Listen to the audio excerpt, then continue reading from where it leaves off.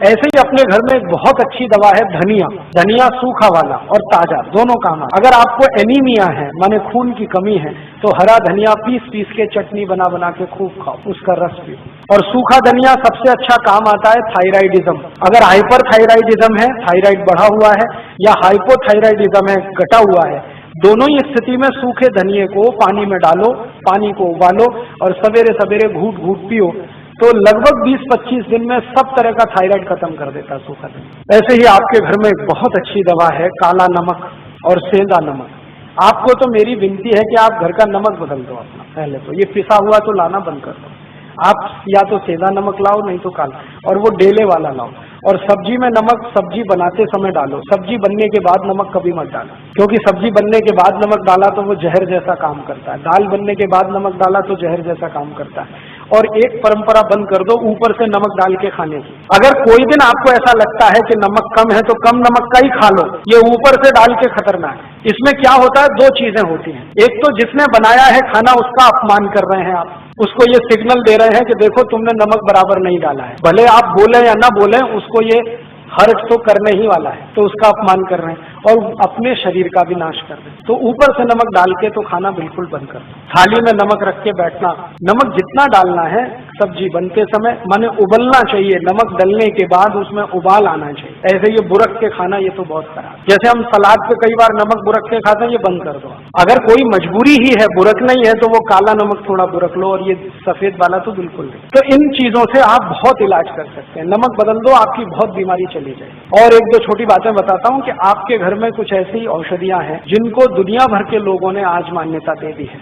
वो उसमें से एक है तुलसी। अगर तुलसी आपके घर में है, श्याम तुलसी घर में है जिसके पत्ते गहरे हरे होते हैं, तो आपके घर में सब बीमारियों का इलाज है। इस तुलसी के पत्ते का काढ़ा बना के जो भी पी लेगा उसको कभी चिकनगुनिया हो नहीं सकता, ये गारंटी मैं देता हूँ। और चिकनगुनिया ठीक होने के बाद जो सब शिकायतें हो रही है ना, अभी दर्द नहीं जा रहा है, कमजोरी नहीं जा रही है, एक ही दिन तुलसी का काढ़ा पी लो तो सब चला जाए। तुलसी जो है ना एंटीपायरेटिक है, माने बुखार से होने वाली तकलीफों की सबसे अच्छी दवा है तुलसी। कभी भी बुखार आ जाए तुलसी का काढ़ा कभी भी दो, भूलो ही मत। ज्यादा तेज बुखार हो तो तुलसी के काढ़े में अदरक का रस मिलाओ, नहीं तो सौंठ का पाउडर मिलाओ।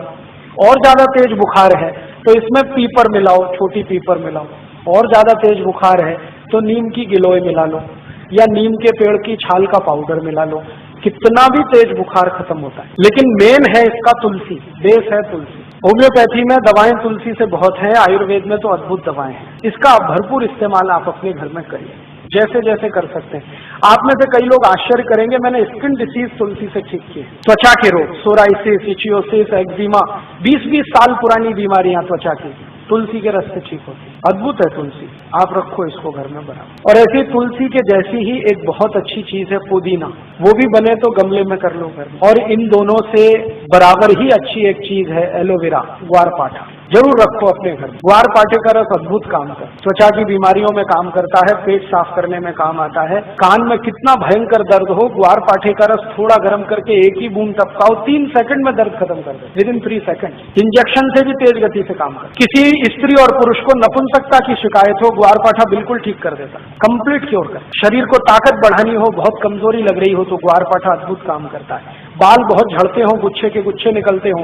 ग्वारपाठे का रस बाल में लगाओ, जैसे तेल लगाते हैं, 1 घंटे के बाद धो लो तो बाल झड़ना बंद करा देता है। बाल ज्यादा काले रखने हैं तो ग्वारपाठा सप्ताह में 1 दिन लगाते ही रहो रस के रूप में, अद्भुत काम करता है। आंखों की रोशनी बढ़ानी हो तो ग्वारपाठे को इस्तेमाल कर सकते हैं, पीने के रूप में ले सकते हैं। बच्चों को फोड़े फुंसियां बहुत होती हैं, 1-1 चम्मच ग्वारपाठे का रस 3-4 दिन पिला दो तो सब फोड़े फुंसियां होना बंद।